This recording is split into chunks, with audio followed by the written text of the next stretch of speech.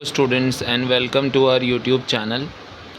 तो स्टूडेंट्स, आज हम पढ़ने वाले हैं टेंसेस। जैसा आप सभी को पता है, इन जनरल टेंसेस 3 टाइप्स के होते हैं और टेंसेस का जो बेसिक यूज़ है वो हम लोग सेंटेंस फॉर्मेशन के लिए करते हैं। अगर आपको टेंसेस बहुत अच्छे से आते हैं तो आप सेंटेंसेस को एक अरेंज्ड फॉर्म में सेट कर सकते हैं। कई बार टेंसेस प्रॉपर ना आने की वजह से हम लोग गलत तरह से सेंटेंस को बनाते हैं, अरेंज करते हैं। हमें एक ऑर्डर पता नहीं होता, हमें वर्ब्स की नॉलेज नहीं होती, तो इसलिए टेंसेस को पढ़ना बहुत इम्पॉर्टेंट है। टेंस को स्टार्ट करने से पहले आपको मैं एक ये आइडिया देना चाहता हूँ कि टेंसेस और टाइम ये 2 अलग अलग यूनिट्स होती हैं। कई लोग कहते हैं कि टेंस और टाइम एक ही चीज़ है, लेकिन टेंस और टाइम 2 डिफरेंट यूनिट्स हैं, एक यूनिट नहीं है। जहाँ टेंस वर्ब को डिनोट करता है, टाइम ऑफ एक्शन को डिनोट करता है, वहीं टाइम जो है वो एक यूनिवर्सल यूनिट है। टाइम एक यूनिवर्सल यूनिट है और टेंस, जैसा कि यहाँ लिखा है, tense denote the time of action with the help of different forms of verbs। verb forms तो आपको पता ही होगा, V1 to V5 होती है। V1, V2, V3 ये जनरल verbs हैं, रेगुलर verbs हैं जिन्हें हम यूज़ करते हैं, और V4 और V5 ये 2 और फॉर्म्स हैं जो कि हम बेस फॉर्म से क्रिएट करते हैं। बेस फॉर्म यानी फर्स्ट फॉर्म ऑफ वर्ब से क्रिएट करते हैं। ठीक है, तो सबसे पहले आपको यही पता होना चाहिए कि टेंस और टाइम दोनों में क्या डिफरेंस होता है। टेंस जहाँ एक ग्रामेटिकल यूनिट है, टेंस जहाँ टाइम ऑफ एक्शन को डिनोट करता है, वहीं टाइम सिर्फ एक यूनिवर्सल कॉन्सेप्ट है और टाइम जो है किसी लैंग्वेज पर बेस्ड नहीं है, इसीलिए ये कोई ग्रामेटिकल यूनिट नहीं है। ठीक है, आगे चलते हैं। तो आगे हमें बताया है कि टेंस जो है वो 3 टाइप्स के होते हैं। Tenses are of 3 types, right? Present tense, past tense and future tense. Okay, अगर आप टेंसेस को थोड़ा अच्छे लेवल पे और पढ़ेंगे तो वहाँ यही बता जाएगा कि टेंस 2 टाइप्स के होते हैं, past tense and present tense. लेकिन एक जनरल लेवल पे हम लोग यही सीखते हैं कि टेंसेस 3 टाइप्स के होते हैं। फ्यूचर को जनरली अच्छे लेवल पे, हाई लेवल पे टेंस नहीं कहा जाता है, because future is only hypothetical. Future को ना हमने कभी एक्सपीरियंस किया होता है ना हम कर रहे होते हैं। We can only think of future, we can only plan for it. हम केवल उसको प्लान कर सकते हैं, हम उसको इमेजिन कर सकते हैं, हम प्रेडिक्ट कर सकते हैं, लेकिन हम फ्यूचर को कभी भी एक्सपीरियंस नहीं कर सकते। इसलिए फ्यूचर को जनरली आप अगर हाई लेवल की ग्रामर बुक्स पढ़ेंगे तो वहाँ यही बताया जाएगा कि फ्यूचर एक टाइम है, टेंस नहीं है। लेकिन जनरली हम लोग यही पढ़ते हैं कि tenses are of 3 types, present tense, past tense and future tense. चलिए आज की इस वीडियो में हम लोग पढ़ते हैं प्रेजेंट टेंस और स्टार्ट करते हैं प्रेजेंट टेंस के जो बेसिक सब टाइप्स हैं। आपको जैसा कि पता है कि हर टेंस के 4 सब टाइप्स होते हैं। फर्स्ट, जिसे हम कहते हैं सिंपल और इंडेफिनिट। सेकंड, जिसे हम कहते हैं कॉन्टिन्यूअस और प्रोग्रेसिव।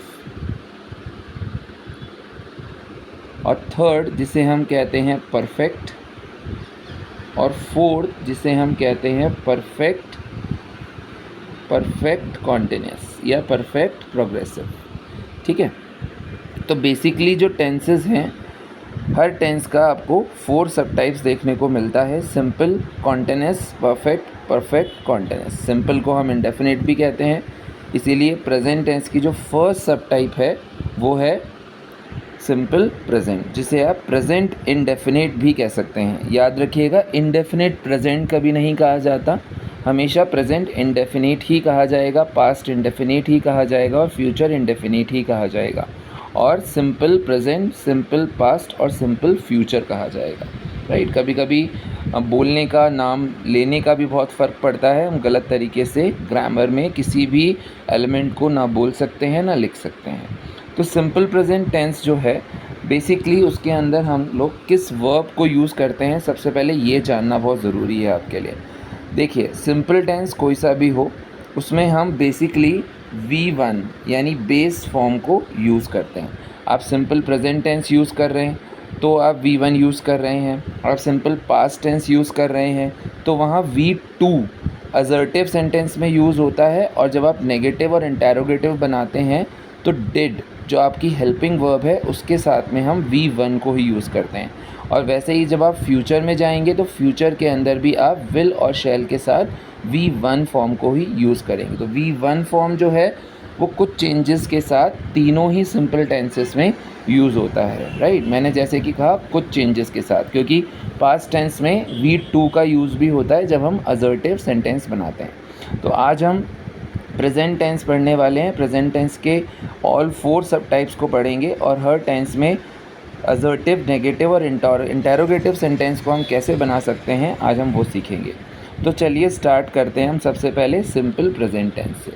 सिंपल प्रेजेंट टेंस के यूसेज से स्टार्ट करेंगे। क्या क्या यूसेज हैं सिंपल प्रेजेंट टेंस के। सिंपल प्रेजेंट टेंस जैसा कि आपको पता है बेसिकली हम universal truth, general facts, scientific facts, principle actions, regular actions, day to day actions, daily actions इनके लिए यूज़ करते हैं। जो एक्शंस आप रोज़ाना करते हैं, जिनको आप एवरीडे लाइफ में करते हैं, जैसे कि अगर मैं आपसे कहूँ कि आप अपने डेली रूटीन पर एक पैराग्राफ लिखिए, एक ऐसे लिखिए, तो आप उसको सिंपल प्रेजेंट टेंस में लिखेंगे, ठीक है। तो जो काम हम रोज़ करते आए हैं, जिस पे टाइम का कोई इम्पैक्ट नहीं है, जो आपने कल भी किया है, आज भी कर रहे हैं और आप कल भी प्रोबेबली कर सकते हैं, तो ये तीनों टाइम में ट्रैवल करता है, ठीक है।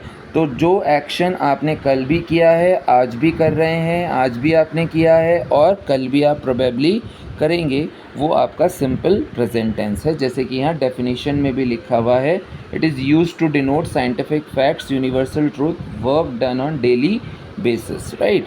सिंपल प्रेजेंट टेंस याद रखिए टेंसेस की कैटेगरी का बहुत ही इम्पॉर्टेंट टेंस है।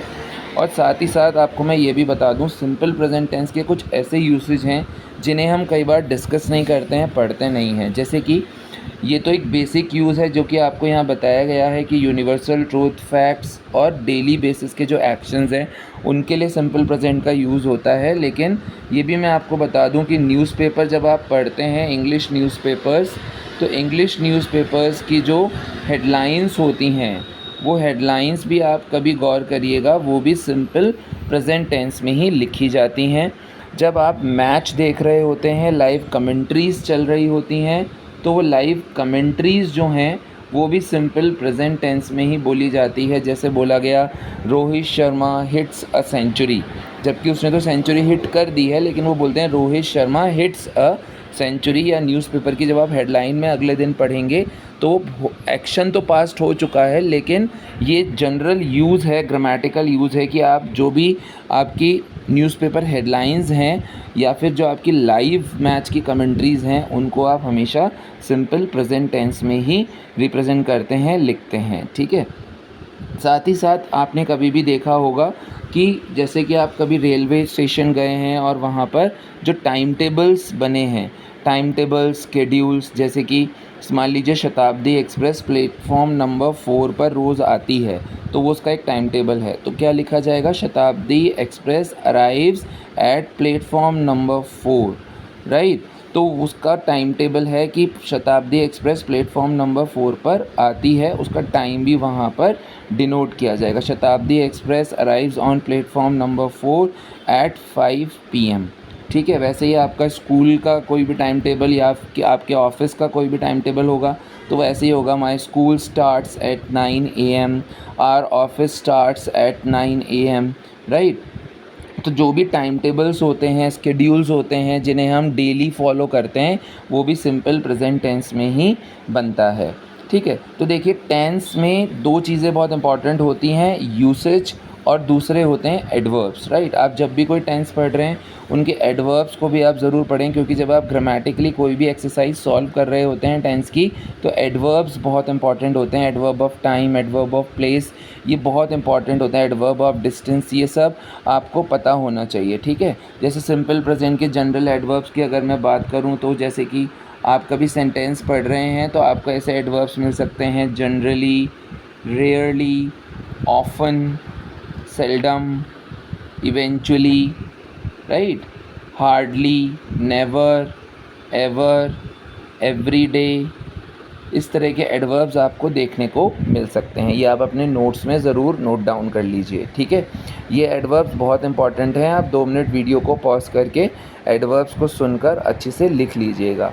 ये एडवर्ब बहुत इंपॉर्टेंट होते हैं। कई बार हम प्रैक्टिस एक्सरसाइज सॉल्व कर रहे होते हैं तो सेंटेंस के लास्ट में हम देखते हैं कि इस तरह के एडवर्ब्स वहाँ पे लिखे होते हैं और वो एडवर्ब्स आपके लिए बहुत हेल्पफुल होते हैं, ठीक है, सेंटेंस को आइडेंटिफाई करने के लिए।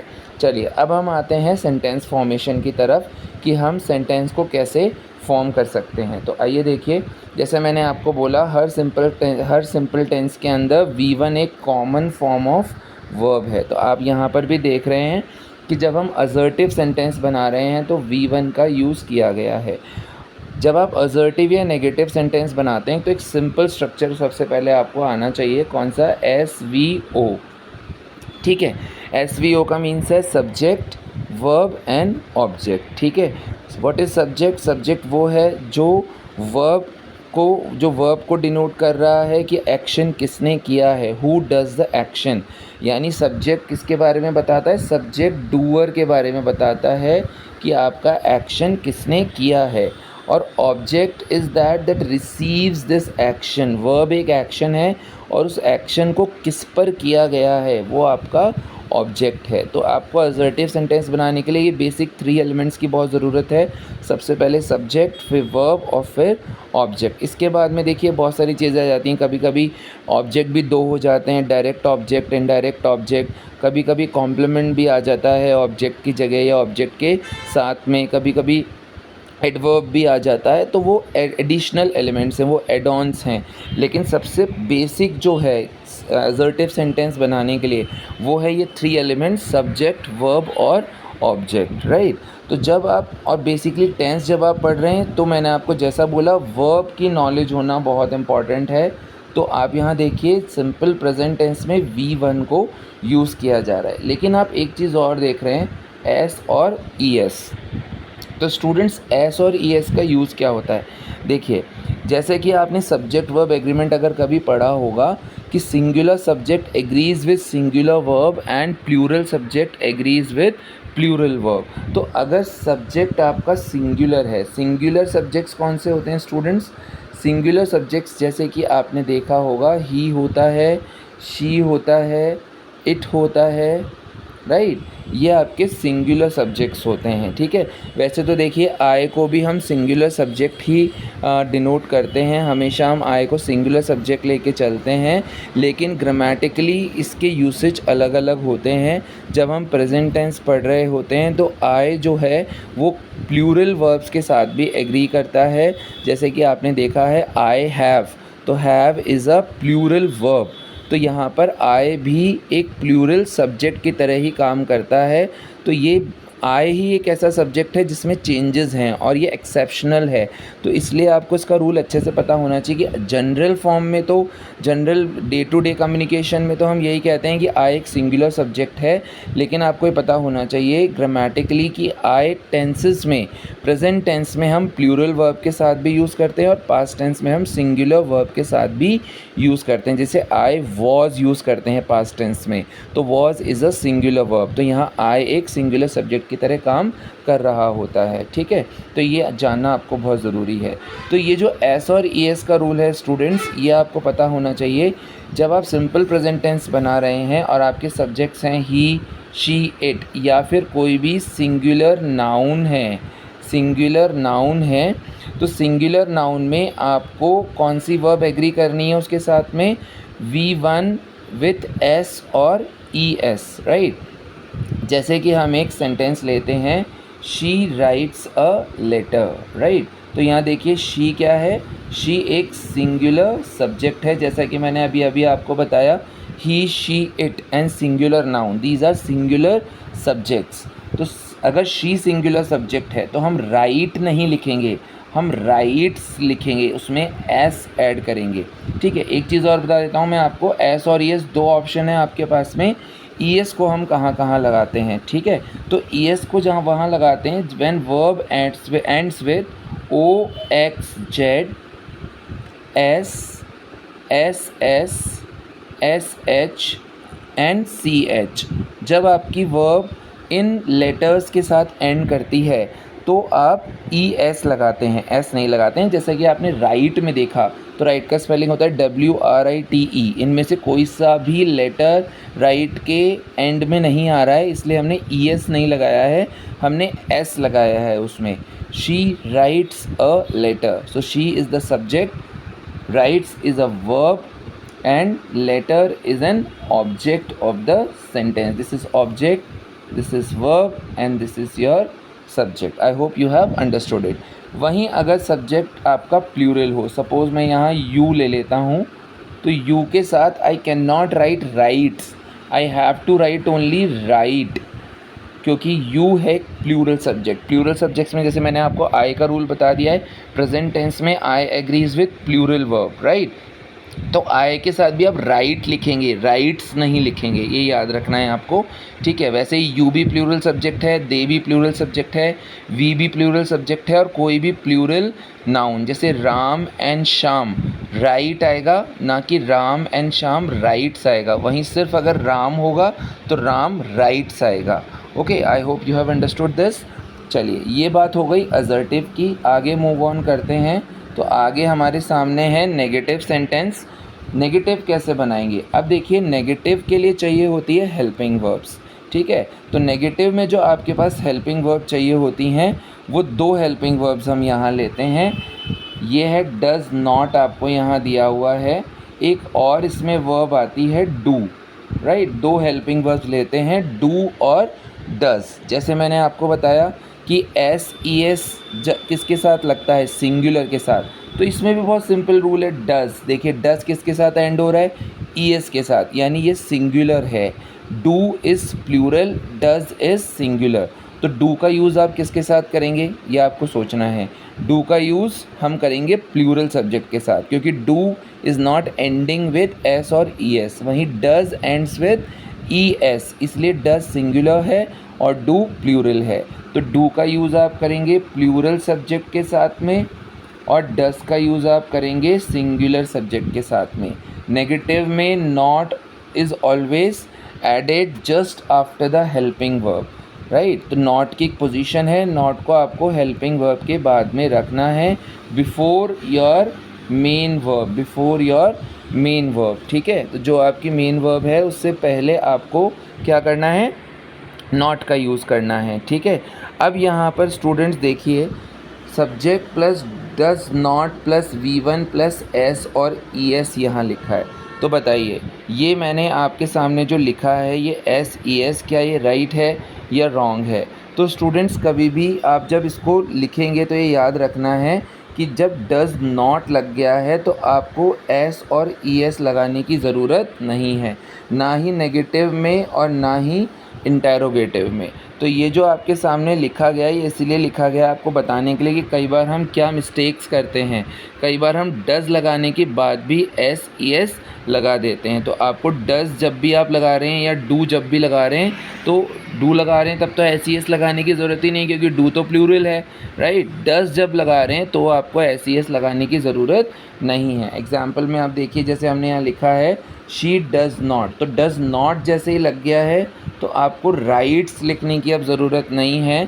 सब्जेक्ट आपका सिंगुलर है, सिंगुलर सब्जेक्ट के साथ हमने डज़ लगा दिया है, तो अब राइट में SES लगाने की ज़रूरत नहीं। आप इस तरह समझ सकते हैं कि राइट के ऊपर पहले एक बर्डन था S और ES का, लेकिन वो बर्डन हमने डज़ को डज़ की तरफ शिफ्ट कर दिया है और राइट जो है वो बर्डन फ्री हो गया है। अब ये अपनी बेस फॉर्म में लिखा जाएगा, सिर्फ फर्स्ट फॉर्म में लिखा जाएगा, इसमें SES लगाने की आपको कोई ज़रूरत नहीं है, राइट। वैसे ही अगर सब्जेक्ट प्लूरल होगा, जैसे कि यू लिखना है अगर आपको, तो यू प्लूरल सब्जेक्ट है, तो आप बताइए क्या करेंगे? क्या आप यू डज़ नॉट राइट लिखेंगे? नहीं, यू डज़ नॉट राइट नहीं लिखा जाएगा, सिर्फ यू डू नॉट और राइट्स नहीं जाना है, क्योंकि डू ऑलरेडी प्लूरल है, यू प्लूरल सब्जेक्ट है, तो सिर्फ फर्स्ट फॉर्म बेस फॉर्म लगाना है आपको, राइट लिखना है। I hope you have understood this, okay. तो ये कॉन्सेप्ट नेगेटिव का बहुत इंपॉर्टेंट है। बहुत मिस्टेक्स देखी है हमने, बच्चे बहुत मिस्टेक्स करते हैं। डज़ नॉट राइट्स नहीं आएगा, मैं फिर से रिपीट कर रहा हूँ, डज़ नॉट राइट्स नहीं आएगा। डज़ को राइट ने अपनी बर्डन दे दी है तो डज़ पे इसकी बर्डन चली गई है, राइट। तो डज़ ही केवल ES लेके चलेगा, राइट्स लिखने की ज़रूरत अब नहीं है, सिर्फ V1 फॉर्म यूज़ किया जाएगा। मैं फिर से कह रहा हूँ, SES नहीं लगाना है, SES नहीं लगाना है जब आप डज़ लगाएंगे। और जब डू लगाएंगे तो बिल्कुल ही ज़रूरत नहीं है, क्योंकि डू ऑलरेडी एक प्लूरल वर्ब है, ठीक है। तो आई थिंक आपको नेगेटिव समझ में आ गया होगा। अब आप चलते हैं, आगे चलते हैं। और आगे जब आप चलते हैं तो देखिए इंटेरोगेटिव अब कैसे स्टार्ट होता है। इंटेरोगेटिव जब आप स्टार्ट करते हैं तो आपको ये पता होना चाहिए कि सब्जेक्ट जो है वो शिफ्ट हो जाता है एक पोजीशन, और जो आपकी ऑक्सिलरी है डू और डज़, ये आपकी हेल्पिंग वर्ब्स हैं। डू और डज़, सेंटेंस आपका किससे स्टार्ट होगा, डू और डज़ से स्टार्ट होगा, और सब्जेक्ट एक पोजीशन आगे चला जाएगा। अब पहले डज़ सब्जेक्ट के बाद आ रहा था, अब डज़ सब्जेक्ट के पहले आ गया है, तो सब्जेक्ट किसके साथ लिखा जाएगा, V1 फॉर्म के साथ लिखा जाएगा, and the sentence ends with object, ठीक है। और जब इसी का आप नेगेटिव बना रहे हैं तो भी डज़ पहले रहेगा, फिर सब्जेक्ट आ जाएगा, not comes before your main verb, जैसा मैंने आपको कहा था मेन वर्ब के बिल्कुल पहले आपको नॉट लगाना है, and your sentence ends with an object, ठीक है। तो अभी तक आप सेंटेंस क्या बना रहे थे, she writes the letter, right. अब शी राइट्स द लेटर, इसको आपको इंटेरोगेटिव बनाना है। इंटेरोगेटिव और नेगेटिव में आपको डू और डज़ की ज़रूरत पड़ेगी। तो आपका सेंटेंस किससे स्टार्ट होना चाहिए, शी से या डज़ से स्टार्ट होना चाहिए, क्योंकि आपका सब्जेक्ट शी है, शी सिंगुलर है। तो डू लेंगे या डज़ लेंगे, डज़ लेंगे, यस गुड, डज़ लेंगे हम लोग। डज़ प्लस सब्जेक्ट, सब्जेक्ट है आपका शी, और सब्जेक्ट के बाद क्या आएगा, verb, first form of verb, and your sentence ends with an object, ठीक है। तो शी राइट्स अ लेटर का इंटेरोगेटिव होगा does she write a letter. सबसे पहले डू और डज से स्टार्ट करेंगे, उसके बाद सब्जेक्ट आ जाएगा, उसके बाद फर्स्ट फॉर्म ऑफ वर्ब आ जाएगी, और उसके बाद में आपका ऑब्जेक्ट आ जाएगा, ठीक है।